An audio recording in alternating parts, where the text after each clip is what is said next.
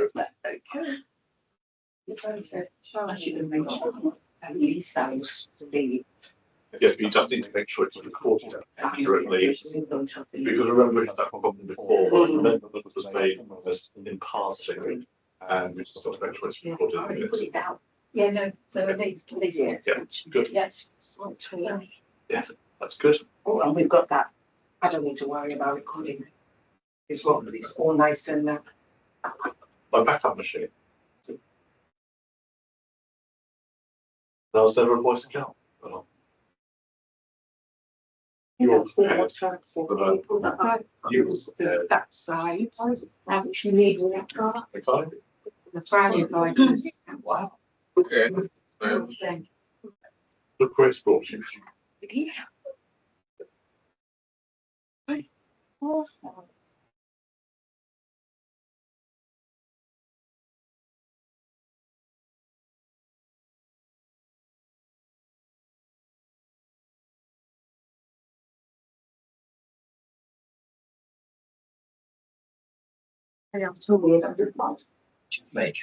Yeah, Anna Raleigh, edge crosses and that.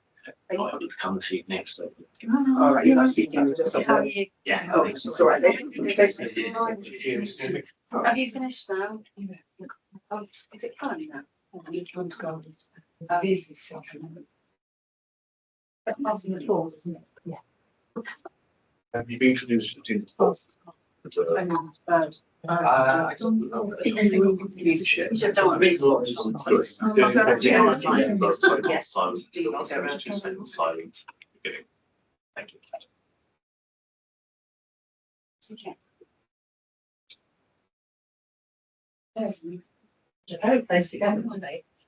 One big lump. Are we expecting lots of people? No. I was just in chairs, really close. There's a chair, aren't there? Oh, you that close to me, guys. No. If I move my chair forward, no, I will find it, I'll just push me all back a little. Yeah. No one can sit behind me. Oh, Lord, yes, quite a long agenda, son. Sorry. As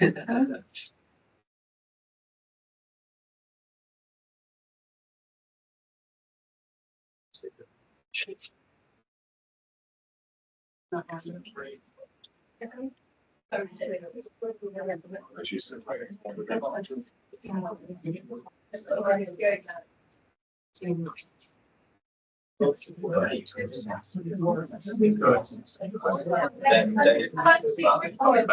But we have to use it as a, what was rubbish, what was okay, and then just, yeah.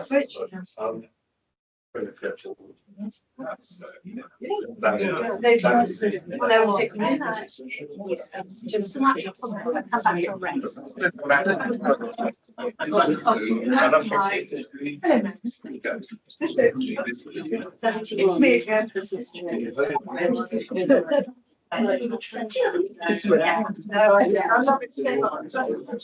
I'm working every single day.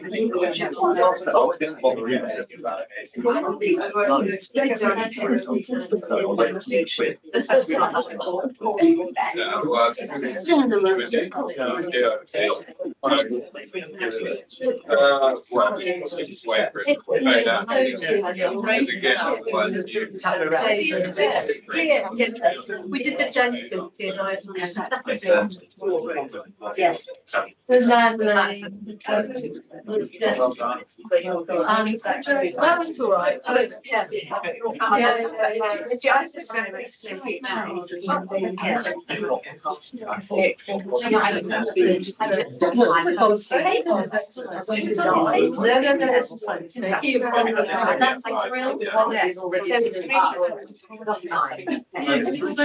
Yes. Yes. I didn't think it's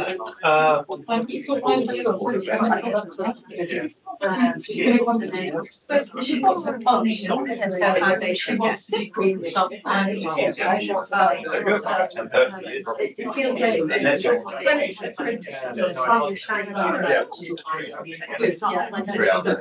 Yeah. I'm going to.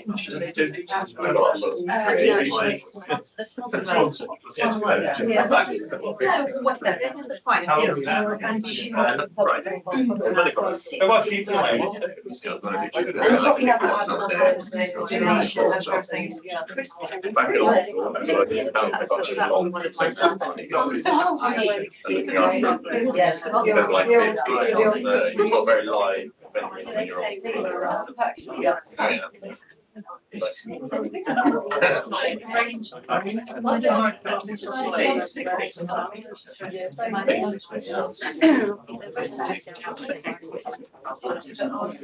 Scale.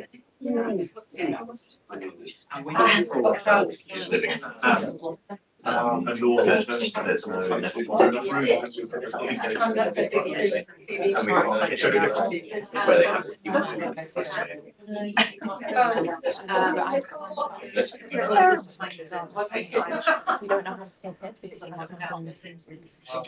Mrs. Campbell,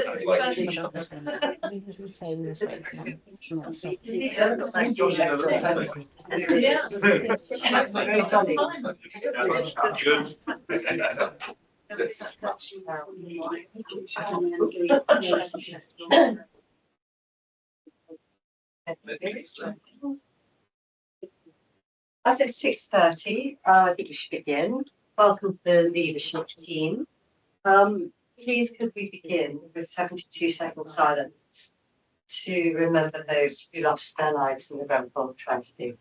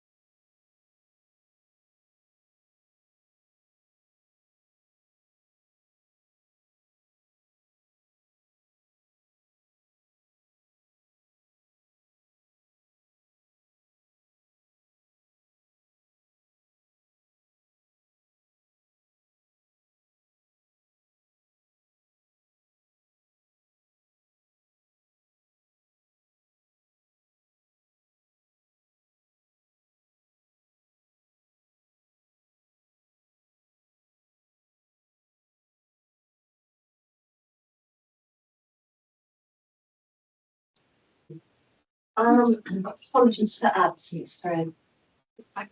Yeah, we have Maxine, anyone else? Yeah, thank you. And declaration of interest, any declarations of interest? No.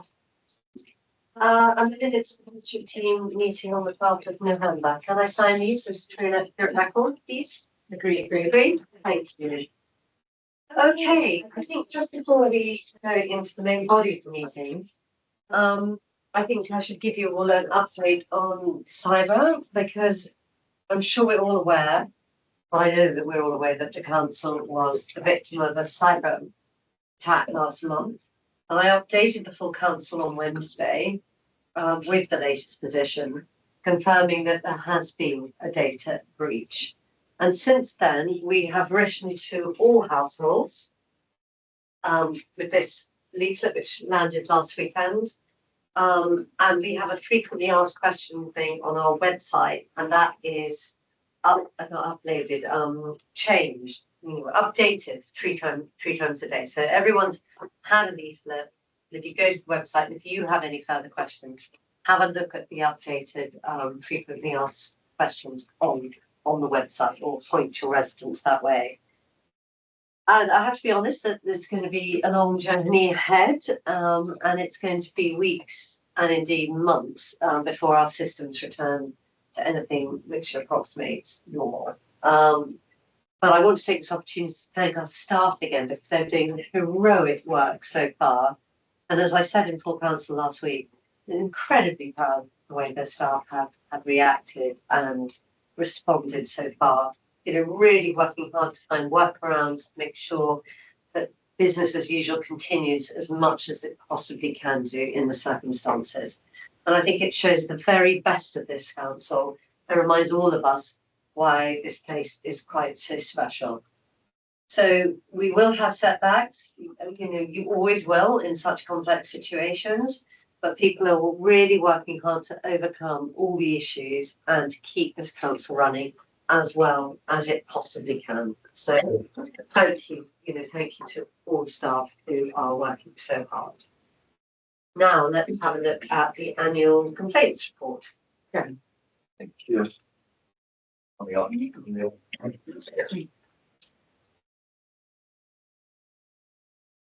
Well, once the officers are getting settled, I'll just say that obviously this is our annual report. I also want to thank the officers. I mean, this is the complaints report, and our customer delivery team are working incredibly hard dealing with a number of residents trying to solve problems, and I can only imagine that there'll be a number of more complaints going on at the moment. But I take solace from this report that shows that we are dealing with the complaints as they come in.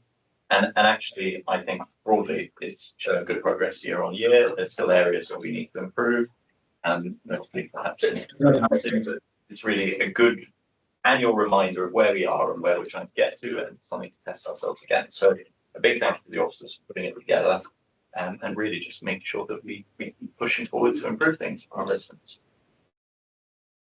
Thank you. Anything else? Yeah, there's quite a bit to think about housing there, so I don't know if Project Director Dan or Lisa, but something that struck me is that we have a large increase in applications for housing, and how then does that relate to the number of increased complaints we get? And I just wonder how that can be shown.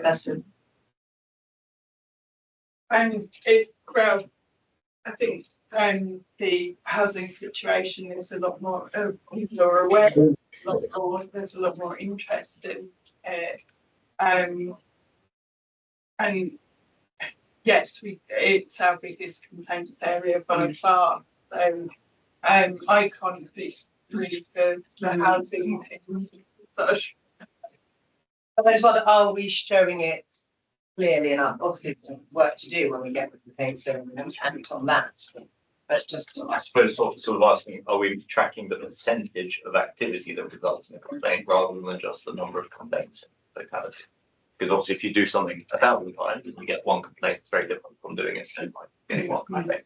I would say in the housing field, it's probably driven less by simply the volume of people and more about the changes over recent times and the outcomes that they're experiencing. So fewer people getting the housing outcome they want, either in terms of how, where they're being placed in the TA, quality of the TA they provide, and so on.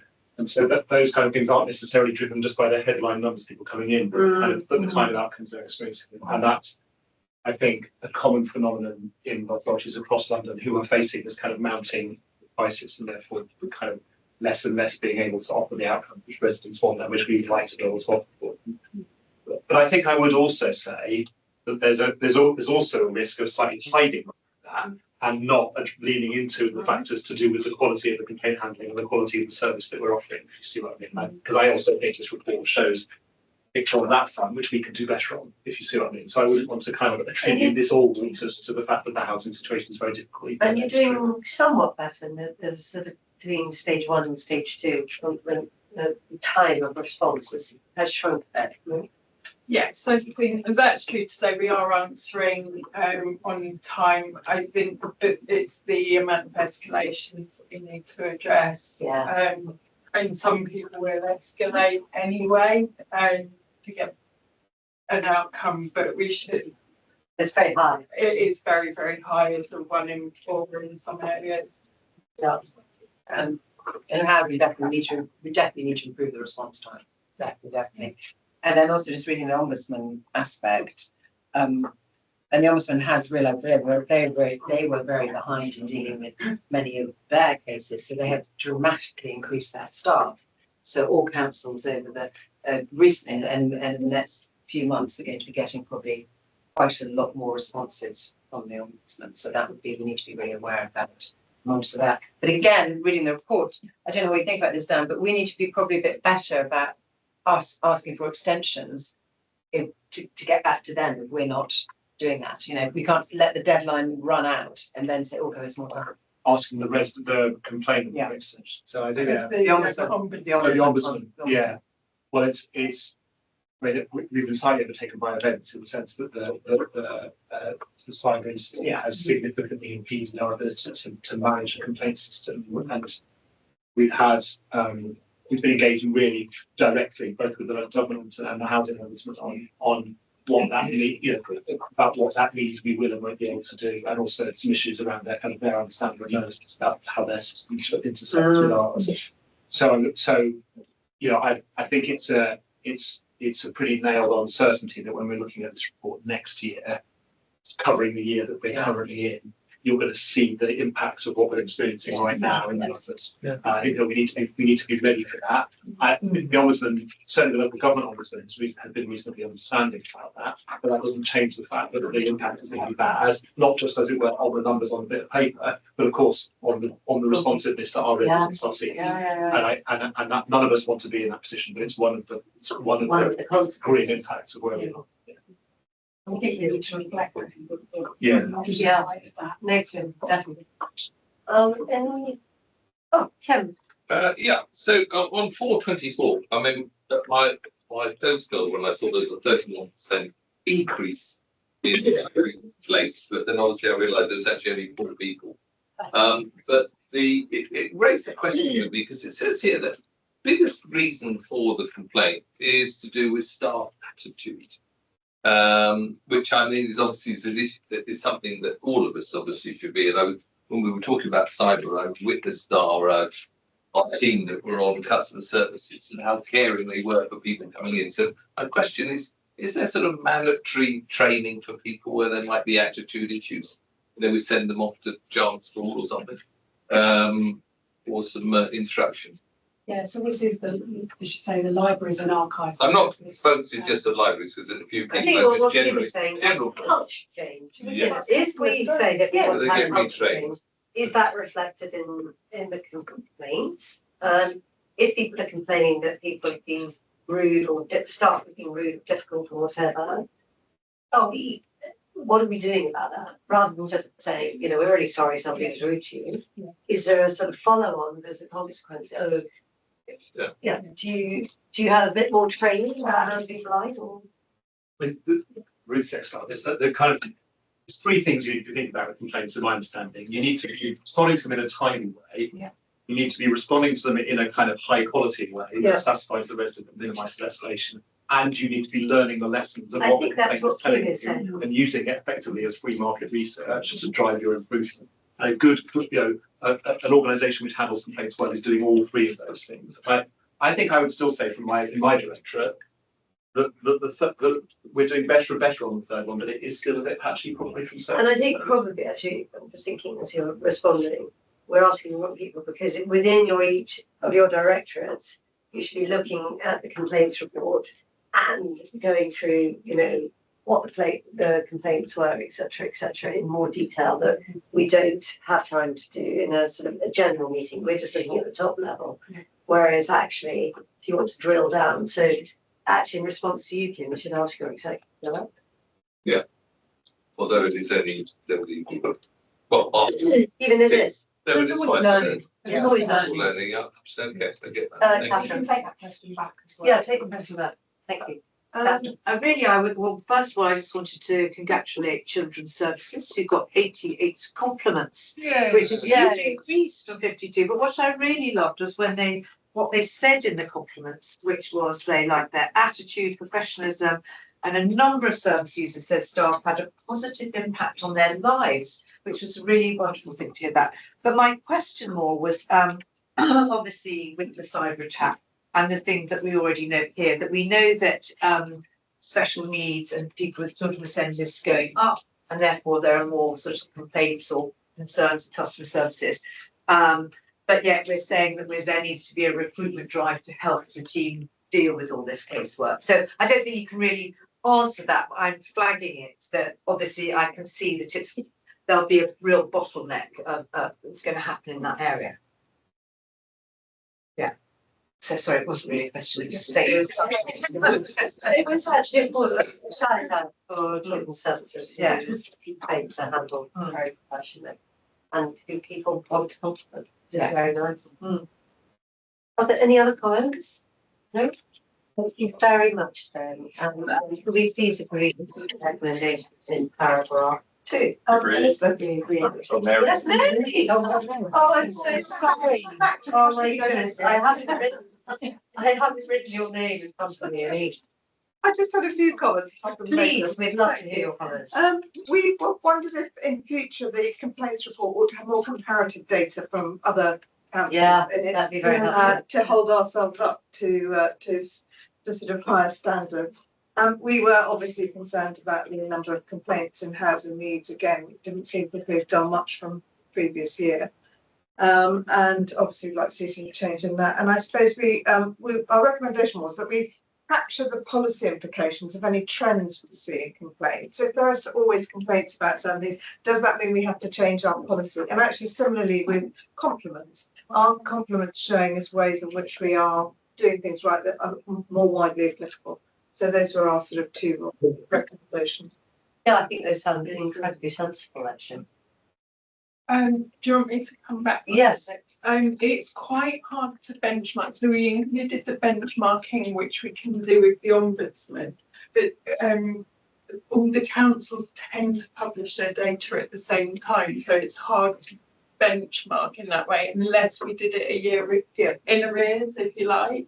Well, I think to your point about looking at trends, you could say the last 5 years up to then would be quite helpful to see where we fit in the planet. Yeah, and we are trying to improve. So we're looking at different formats. So I've been looking at quite a lot of formats to make it a bit more readable, a bit more relevant to this borough. And actually, Adult Social Care produced an excellent report. So if anybody wants to look at that, it gives a very good page summary, but actually relates it to the uniqueness of KMC and what it means in our population. I didn't realise we had such a fast moving population. There's quite a lot of residents who've only been here for 2 years, and how that impacts different services and why that might lead to complaints. So that's what we're trying to do at the moment, is reformat it.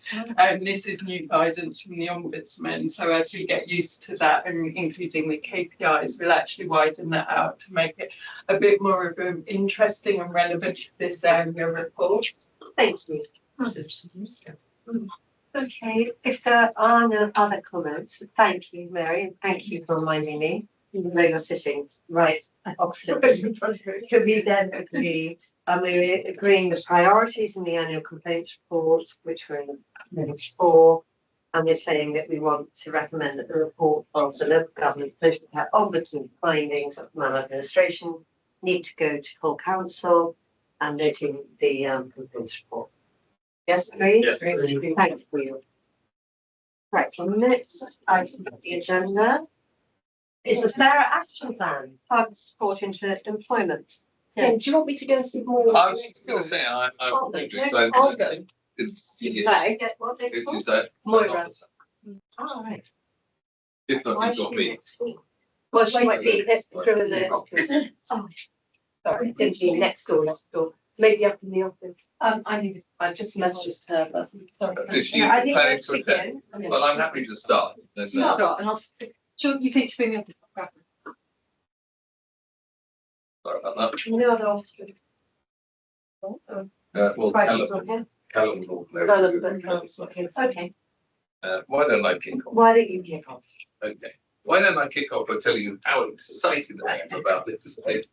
And obviously this all originates from the Fairer Action Plan, which is very much part of the legacy from Grenfell. So what we're looking at today is a highly targeted pilot scheme, which is focused on breaking down barriers for young people getting into employment. And it sort of effectively, it's in 2 parts.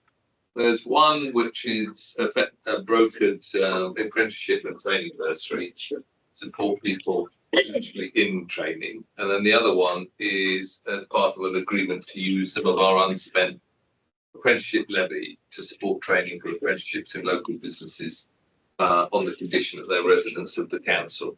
So stressing that this is a pilot scheme, we're doing this to make sure that everything we hope will work before then expanding that. So the scheme will be funded by £250,000 from mental health money, and we're going to focus just on 2 estates, the World's End and Trellick. And the reason for focusing on them, they're both estates with a higher level of deprivation in terms of 29% Goldborn experience, it's written down here, employment deprivation, and 1 in 7 residents at Chelsea Riverside I have no qualification at all. So we think it will be a good cross section for us, to target. I think that's probably it as a bit of an intro. I'll go more over time. Thank you. I've just done an introduction. So Okay, Catherine. we go to questions. Well, I absolutely welcome it, and fantastic, Kim, that you brought this forward.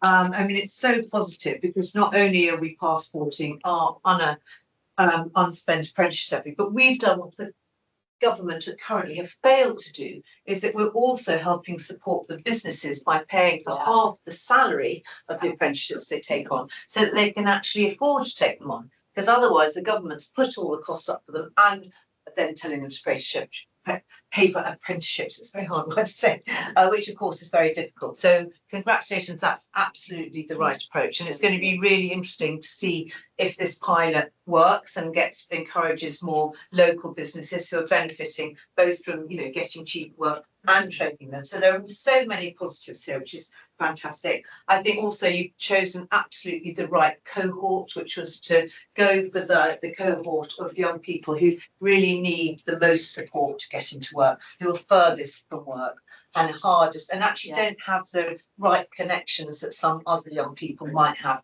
to know who these businesses are. So for that reason, I think it's also great that you've listed all these partners for our youth clubs and our other BCS organisations who will know those young people too, who will be able to signpost them to you. So that's sort of a real win. So my question at the end of all of this, which says a really wonderful programme, is that my only slight concern is the one thing you do acknowledge in the paper, is that this cohort will need that extra support to go through the full mark. It's really tough if you're suddenly being thrown into this job. And you mentioned something about every quarter someone will check in with them. So I just wanted to see what additional support they're going to have to maintain the apprenticeships that they're going to take up. Yes, so the youth participation team, we have 2 officers within that team, and they have been tasked with providing that ongoing pastoral support to the young people. So making sure that they have all the help that they need, or the equipment they might need to take up some of these apprenticeships, and check in with them occasionally, maybe once a week, just to see whether they're okay, if there's any other kind of support that they might need, and signposting them, or speaking with the BCS organisations that can provide that support, to wrap that support around the person so that they maintain their placement. That's really reassuring. Thank you. Yeah, and I think also stressing back again that this is going to be a pilot scheme. Yeah. And we'll be able to tweak it, with our other experience. But what we didn't want to do is to launch it, into all detail before we had effectively tried it out. Before I go to Sarah, if it is successful, what plans have you got for Well, effectively to scale it up, subject to funding. subject to funding? And are we going to get the government has been talking a lot about funding for this sort of thing. Do we think that we will get funding? Sorry, well, they've announced They've announced lots but of they've been announcing lots of things and not really giving any of the sort of the meat on the bone behind it. Josh might know. Oh, no, that's great. I was going to have a separate question, Jeff. So, No, but I look forward to seeing what they might come forward with. Josh? oh, Sarah. Oh, well, actually, you asked the question. I really want to say thank you, because this is just, when we consulted on the future growth and support, their action plan, this was one of the main areas that everybody asked for. So the fact that we're now going to do it, and I appreciate it's a pilot, but it's fantastic. So thank you. from me as well. why Trellick specifically, not let's say Adia or Mornington or. Well, we wanted to have something from the north and something from the south. We just wanted to spread across the borough. And but Trellick Tower. I guess my only query is that Wellsend has like multiple towers, like 7 or 8. There's only one. I mean, first of all, in terms of size and number of residents, it's a bigger catchment area, no. But why Trellick Tower? Well, Trellick is because a lot of our focus in the north tends to be the other side of Ladbroke Grove, so Yeah, Martindale, St Helens, and Dalgarno. So we thought that it would be good, particularly given that there have been over the past few years some issues around antisocial behaviour and crime in the area. And we've heard a lot from young people that there's not a lot in the area. So we think this is a good demonstration of support that we will be providing, not just for the other wards in the north, but also Goulburn is one of our key wards.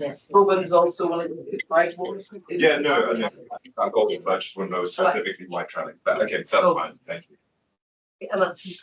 I just want to end this, if we are at the end of the questions, and I suddenly thought Mary may have something to say, on a happy Christmas note. Because I went to visit Bulby this afternoon on New Home Set, and Bruce and I met a young lady called Olivia who lives in Night West, who's an apprentice on the Bulby site, and she's absolutely loving it.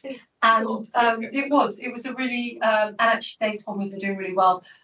All the trades they're using up there have got apprentices, and they're doing really well with their social value. But it was particularly she was saying, could I get a house here? Bless her. Anyway, she was saying she was really enjoying it. So That's great. That is sort of testament. It does work sometimes. It does work, and as you say, giving people help to maintain those apprenticeship, is the key too, isn't it? Because these are the people here who are the furthest from work.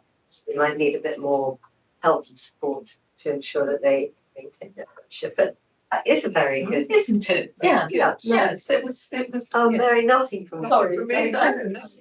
So could we please agree the recommendations in paragraph 2? And thank you for placing. Their action plan was important, and this is a big break in it. So very good to see it. Thank you very much for your hard work. Thank you, and apologies for not being here at the start. I didn't have it in my calendar. Well, we're very pleased that Sorry, you have that's to be been here. failure for probably on my side. Thank you. Thank you very much. Thank you very much. Excuse me. Okay, housing asset management strategy. So, and done. Thank you. So I think we've all had a good look at this over various meetings. And we've discussed it at length already. And I just want to really thank the officers in housing, Fiona and the team that worked on this. I think it's very clear. And just to remind everyone, our housing management asset strategy sits underneath our overall housing, sits under our housing strategy. And this relates specifically to the 9,000 homes that we are the landlord of. And since the last one, there's been many new regulations. And so this really does provide a kind of a framework for us to know what we need to be focusing on, how to get decent homes, to ensure all the homes are safe. And one part of it I'm very keen on is also how we do our responsive repairs.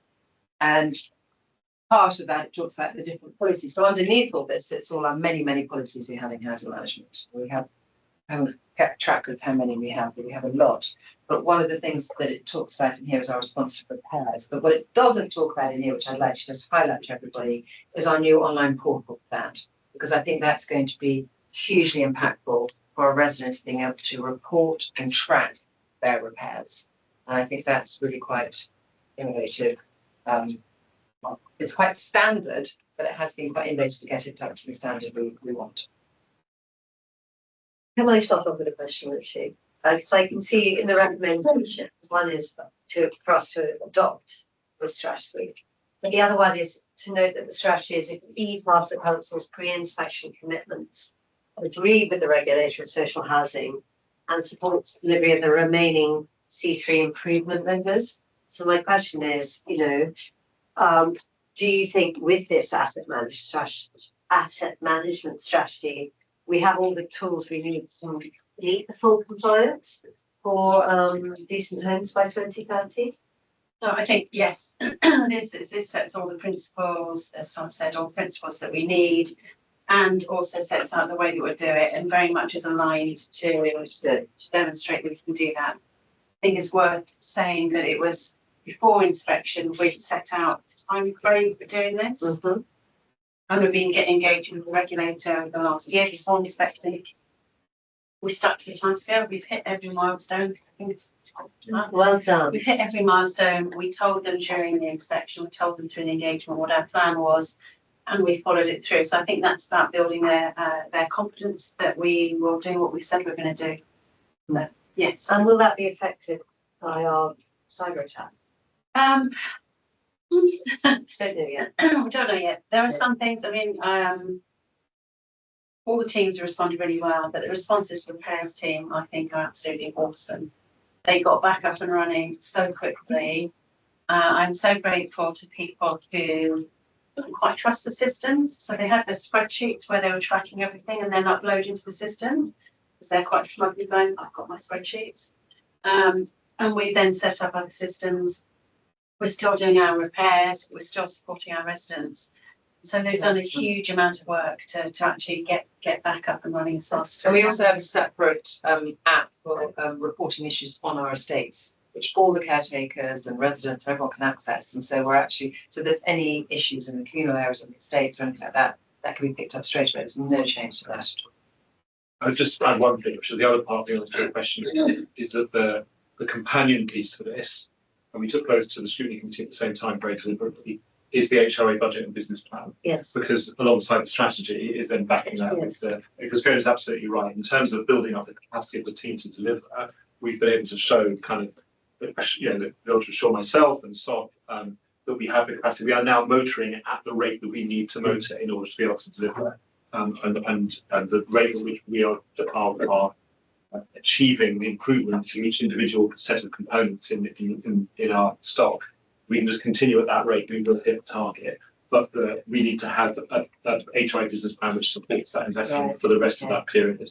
And that is a challenge, as it is for every social landlord in London, because of rising costs and so on. But the work that we've done on the HRA business plan, which you'll see when you approve the overall budget package in February, is absolutely aligned to this and brings in, as it were, the investment package that sits alongside the strategy. And I think kind of it's only by having both of those in place that we can really look you in the eye and say yes to your question, but do we have what we need in place to keep going? So it might be helpful when that paper comes to have this strategy just as an appendix to it. So yeah, we can do that. Yeah, I don't As you say, it's both two sides of the coin. It'd be quite helpful to have this and financials together.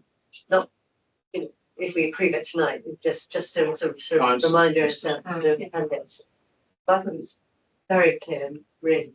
So thank you. And the team's done a lot of work to make it accessible to residents. Can I say, not too jargony. talk about accessible to the leader of the council. I think it's very well done. So thank you very much. I don't know if anyone, I know we've kicked the tires on this quite a lot, so I don't suspect there will be many questions. But is there any final questions? Any Yeah, comments on I'm this? going to ask a sort of slightly unrelated question, but first of all, I was going to ask about decent homes.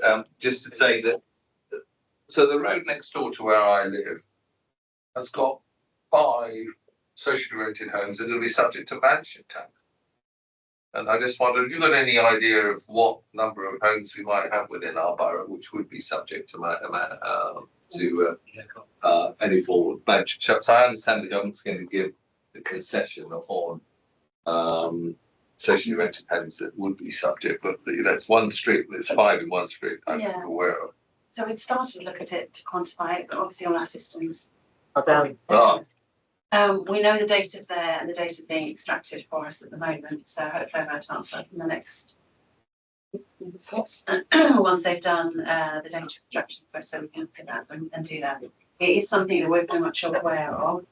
Equally, there is the policy which is street properties become vacant, then we will sell them, because then we can reinvest in other areas where we'll get more properties for the value. So there is that bit. In terms of the number at the moment, I don't actually know that from the system. We could probably walk around, we know the roads where they are, and we would be able to quite quickly say. I think you don't, I mean, we can wait a few weeks. Yeah, no, not at all. That's just. I think it just interesting. highlights the how expensive houses are in Chelsea and Kensington, which I don't think necessarily has been taken into account. I think it also highlights an inequality because equally I've got an elderly couple around the corner that bought their home for £25,000 in the 60s and they've retired and have a pension income, but they're now faced with it. And it's not a mansion. I mean, it's a house in Chelsea, which happens to be in an extremely expensive land value area. But anyway. To get back to our Sorry. housing management strategy, are there any other questions or comments? Look at Mary. No, I think we made some recommendations for a few small edits, but that was it, or not we, the housing. Yeah, they've been incorporated. Yeah, being incorporated, yeah.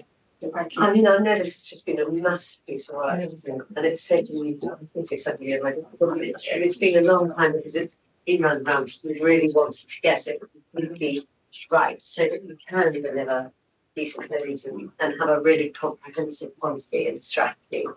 So if there aren't any other questions, I'd just like to thank you so much for all of this work. And Fiona, I know you've been really instrumental in this. Really, it's very good, proper, decent.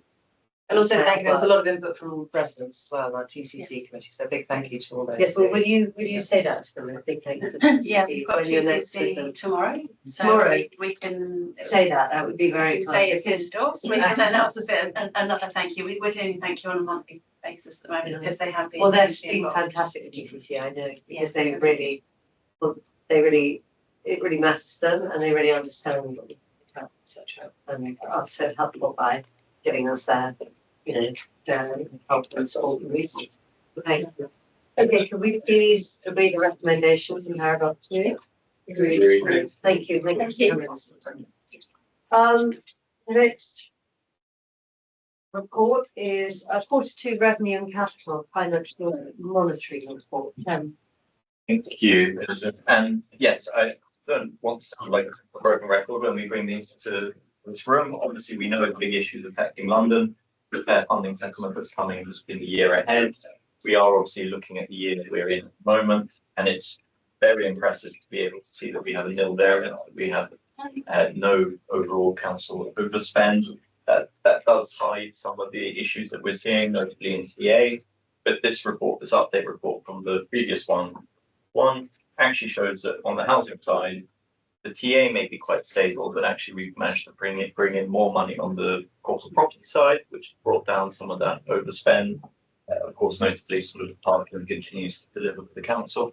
But I think given we're here sitting with a nil variance, it makes the fair funding changes that much more significant for us as the council because we're actually running a very well organised, we're living within our means. Obviously, we've got clear challenges as every council does, but we're budgeting for and planning accordingly, and fair funding is going to blow a hole straight through all of that, and it will hit other councils just as much as it will hit us. So thank you to the officers for getting us to this point, but obviously a lot of work has to go into making sure that we can absorb the big cuts that the government is giving council.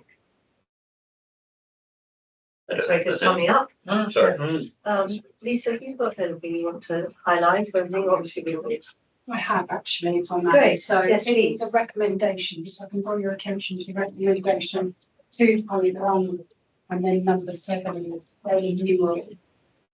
I just need to make you aware, we need to also agree additional funding from contingency, which is above 250,000, which is listed in paragraph 25.4 and table 14. Hold on, you're going to have to get out. So which recommendation are we looking at? 2.1 Roman numeral 2.1. If we can Roman numeral 7 of 2.1. is the Oh, last. sorry, 7. Got you. So we're saying there in the pack you've got to agree additional funding from reserves. We also need to agree the additional funding from contingency. That is listed in the report, so paragraph 25.4 and table 14. Okay. It's all in the report, it just doesn't say it in that recommendation and we probably go back to the So we need to have that. Yeah, so I asked that that's noted in the. Move that. Yeah. Thank you for drawing it to our attention, actually, because it makes us get time. Catherine. I just want to say something which I saw you're picking up as well. So under the deficit management plan, 29.5, I think we're all a bit in the dark in that the government have said that we won't have to go onto our books and they'll pay it off. But they've given no indication about where the money from the DfE is coming from to pay that money off. So I wonder how you're looking at it when we're sort of future project. We're just counting that they will somehow find the money, but it's a bit of an insecure position to be in. Yeah, we know nothing different at the moment, so at the moment we're assuming that it really depends. We're obviously pushing for to reduce that deficit as much as we can in line with the management plan that we'd already agreed, but we're making no provision elsewhere to fund that. They have extended the deadline. They've pushed it back, but it's a funny incentive. If they're saying it paying off, why should you decrease it slightly? I know I shouldn't say that. I agree. Yeah, that's where we're at the moment. We don't know more. Yeah, but Emma, I'm going to be the broken record, you know, saying, well done to you guys that we're in this position, which looks pretty good, but we know we're kind of, feels like we're sort of on the edge of a big precipice, doesn't it? We get settled end of the month next week. Next Wednesday. Next Wednesday. Expecting the car settlement. And at the moment, we don't expect to hear much different from what we've written. No, we don't expect this to change very much. There might be a slight movement, as I said. Yeah, I'm going to update you around the floor being 5% rather than 7%, but we're not expecting massive change. And that settlement will cover us that'll be next year, not the full. So it's a 1 year settlement, and if you look forward as well. We'll maybe get some indication probably of if it is going to be full horror. So it'll be, while it's looking at 4 years, while it's looking at 4 years, the fourth year is outside the funding settlement. So it's the first 3 years will be more secure than the fourth year. But we're just waiting to see next week. Across. Yeah. And that's when they'll talk about also, they're now looking at including housing. So that's when we'll get details on that. Okay. So it doesn't leave much time to kind of sort out all that. But I think it's really clear, and Kim referenced the mansion tax, this government is choosing to strip money from central London, distribute it elsewhere. Right. And even though this settlement looks 3 years out of 4, we have to be planning for that fourth year because this government will still be around theoretically. Jen's actually right. You have to be prudent and look at it as a 4-year settlement and just see what's coming, because you can't suddenly decide on the last year, well, we don't have money. Yeah. We need to plan.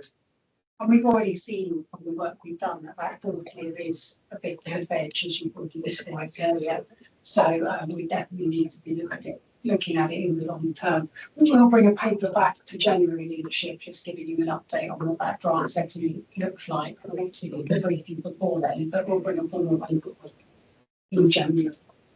So people will come back in January, and then our budget settings the end of February. So the budget comes back in February leadership, and then full council to the very end of February. Yes. So after Christmas, that will concentrate on our minds. We'll have some numbers before Christmas off the back of next week's draft papers. Whilst juggling the science stuff as well. But in the meantime, I think, you know, it's been a really tough year, and to be at the moment on plan is very good. I wonder how many in contrast to other councils who are mainly their budgets are all over the place. We're still thinking of budget. Thank you very much. And I particularly want to pay credit to some of the housing needs officers, because I know temporary accommodation is the big worry for us, but it is a huge worry for other councils. And we've actually managed to get the numbers of households down, even with more people applying for the cost of it. So I think officers are doing really well against a very difficult situation. Thank you. Mary, I suppose to summarise, we have a long discussion, but just to summarise, I suppose there are two sort of suggestions. One is this constant thing that there's internal variation in our budget. So sometimes we're saved by a big extra increase in income, and that we mustn't hide the reality of some overspends hidden in there in terms of budgetary discipline.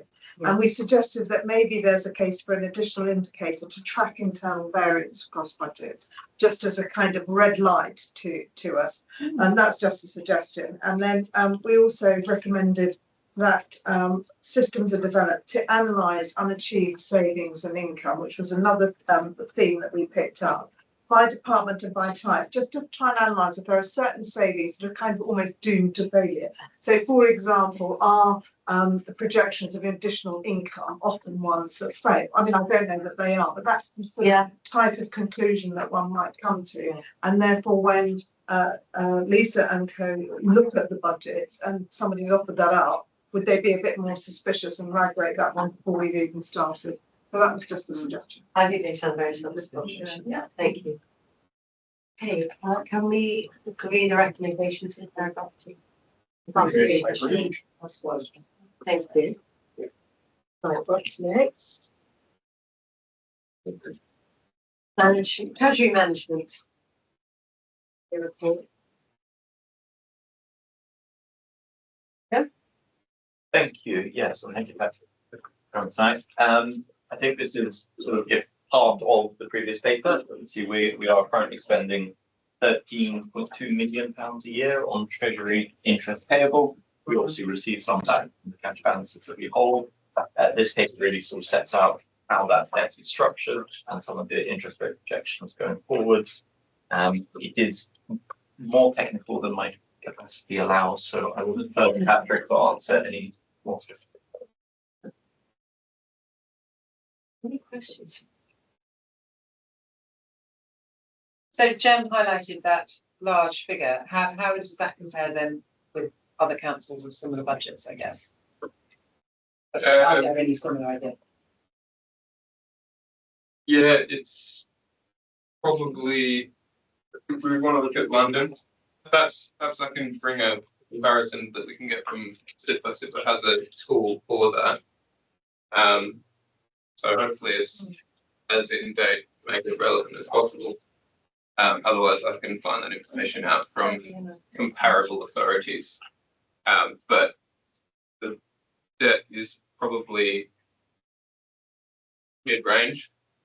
So for example, I was looking at another local authority outer London, and they're in excess of £1 billion with their debt.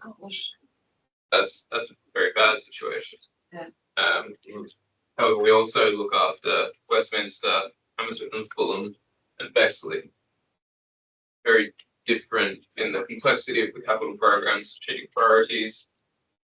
Somewhat similar to Westminster, although Westminster's general fund debt is higher.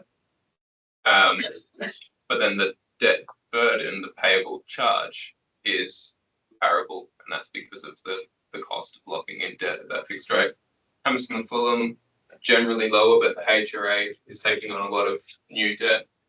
And this is all external debt that you can see on the balance sheet. If you factor in internal borrowing as well, then clearly any of these capital programs have a sort of hidden debt to them. And then Bexley, a small capital program, they don't do very much, and so it's a much smaller debt pile. So I'd say mid-range, but I'll get some comparisons of sort of inner London and what their capital program looks like and what they're delivering to the. Thank you. What was your thing? Sorry. I was going to ask, thank you.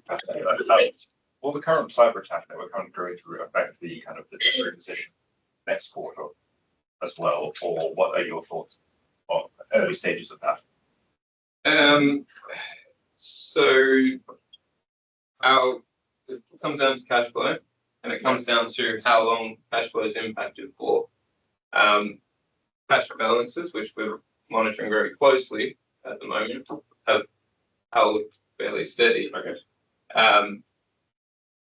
But we'll see how that goes when some of the large receipts that we would collect, council tax, NMDR, whether there's an impact on collecting those, that then would would kind of impact the cash flow forecast by pulling forward the point where we'd be worried and looking to borrow again. By sort of a couple of months. So those receipts are significant and they're really important. But then given where we are in the year as well and the way that we forecast cash balances, it's probably not going to have a huge impact on what we're forecasting. As it would be very unlikely for that forecast to fall below budget. It might not just be the outperformance, quite the outperformance that we're forecasting right now. Okay, thank you. That's really So helpful. what sort of quantum are you talking about? With council tax Yeah. and NDR. Not sure what they are each. So we collect about £11 million from the council business rates per month, slightly less than council tax. So we're talking, tens of millions here. What we are doing though, if I can add some context, is we've prioritised all of the services that we want to bring back on board quickly. So right at the top is the system we use for council tax, business rates, and housing Civica, and it's housing benefit payments as well.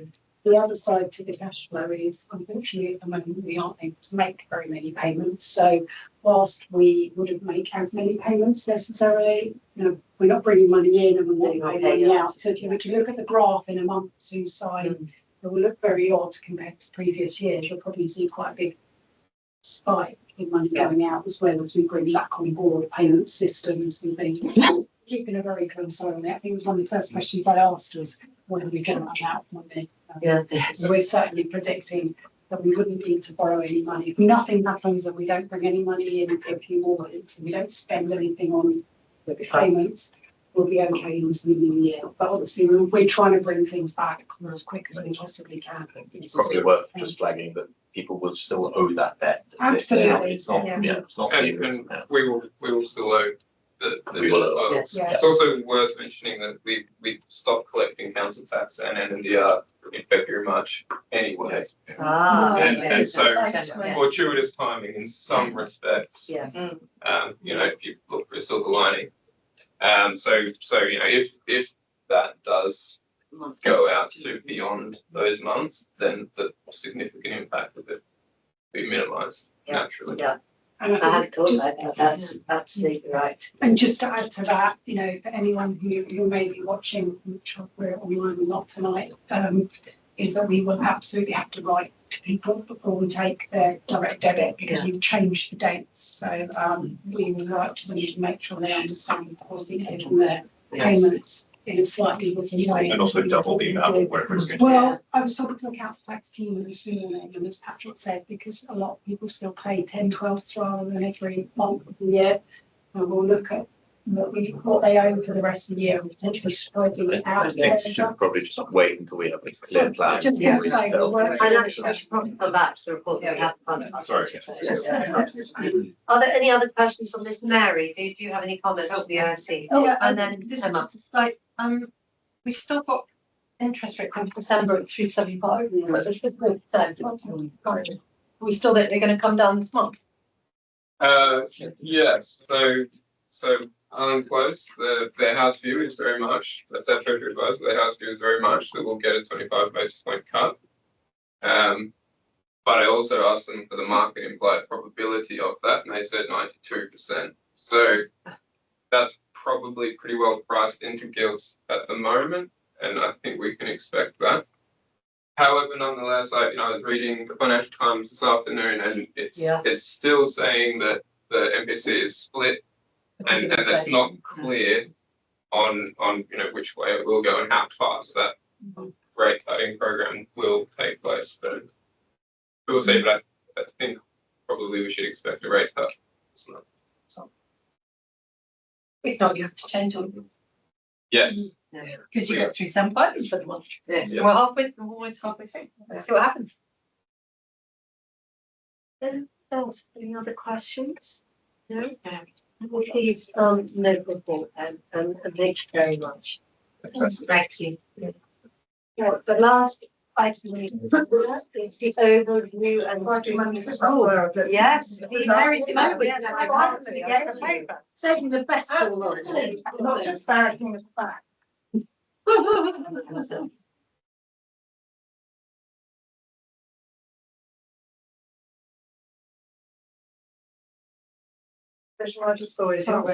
So we had a working group to look at transformation and how it's handled with the council. And huge thanks to all the officers who attended and gave such great support and were so open-minded and open to discussing things. And we came up with 6 recommendations, and I'll just run through them very quickly. The first one is to actually have a written, articulated strategy, and really not more than 1 or 2 pages, but with some measurable outcomes. The sort of measurable outcomes might be this department has 5 basic processes. We have reviewed 2 out of 5 of them so far this year, and we're going to review the next 3 in the next 6 months. That's sort of measurable outcome. Recommendation 2 was to develop digital services, which is probably not quite our way to suggest that. well, no, I think actually it is, because we will have to look at what we And our robustness and and their robustness and maybe the modernity of some of our systems. and of course, the use of AI throughout the organisation as it develops. The third recommendation was around culture and promoting a culture that supports innovation and transformation, but also values transformation. And I say that having now seen, for example, housing and environmental services budgets that we saw really made no mention of transformation at all in them. It was as if it wasn't a thing in the council, and we pointed that out. And when we did so, officers quite rightly came back to us and said, well, actually, we've done this, this and this. But unless it's in those kind of public papers and that staff know that we value the concept of transformation, that we're actively looking at better ways of doing things, it's kind of, hiding our light under a bushel. And also, it would be nice to know what sort of things we're doing and what we're achieving so we can spread it. A fourth recommendation was to think about letting some of our staff, encouraging some of our staff to go on sabbatical outside our organisation to learn from how the private sector, for example, are doing things, particularly as we move towards a more customer focus. The fifth one was to consider a pact with residents. Some councils have tried this. I don't know if it's a good idea, but if we're doing something, your side of the bargain is to try to recycle more. Our side of the bargain is to give you free bags or something. I don't know, but some kind of looking at that and whether that could be a useful way as money gets tighter and tighter of sort of leveraging goodwill amongst our residents. And finally, recommendation 6 was asking the leadership team to confirm that we do have worst case contingency plans for worst case scenarios in place. If the worst comes to worst, that we're fully prepared. So those were our 6 recommendations. Happy to take questions on. Any questions? Because otherwise, I think what we said was we'd go away and think about them and then give you a formal written response rather than one off the hoop. But I just wanted, because we were in housing and scrutiny on Monday night.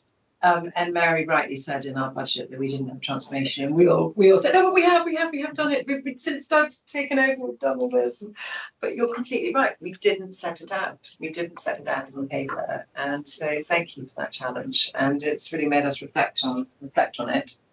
And not just then sitting back on what we've done, what else are we going to be doing? And that's the piece that's really missing as well. So thank you. So actually very helpful. Yeah. So thank you very much. Oh, sorry, I was just going to add on the AI, because I think I echo it, is that this is when you're tested, it's a good opportunity to see where you're weak and where you need to improve things. And actually in the budget paper, the reserve item that was for noting was actually about bringing forward a number of AI projects and helping sort of auto transcribing phone calls and things.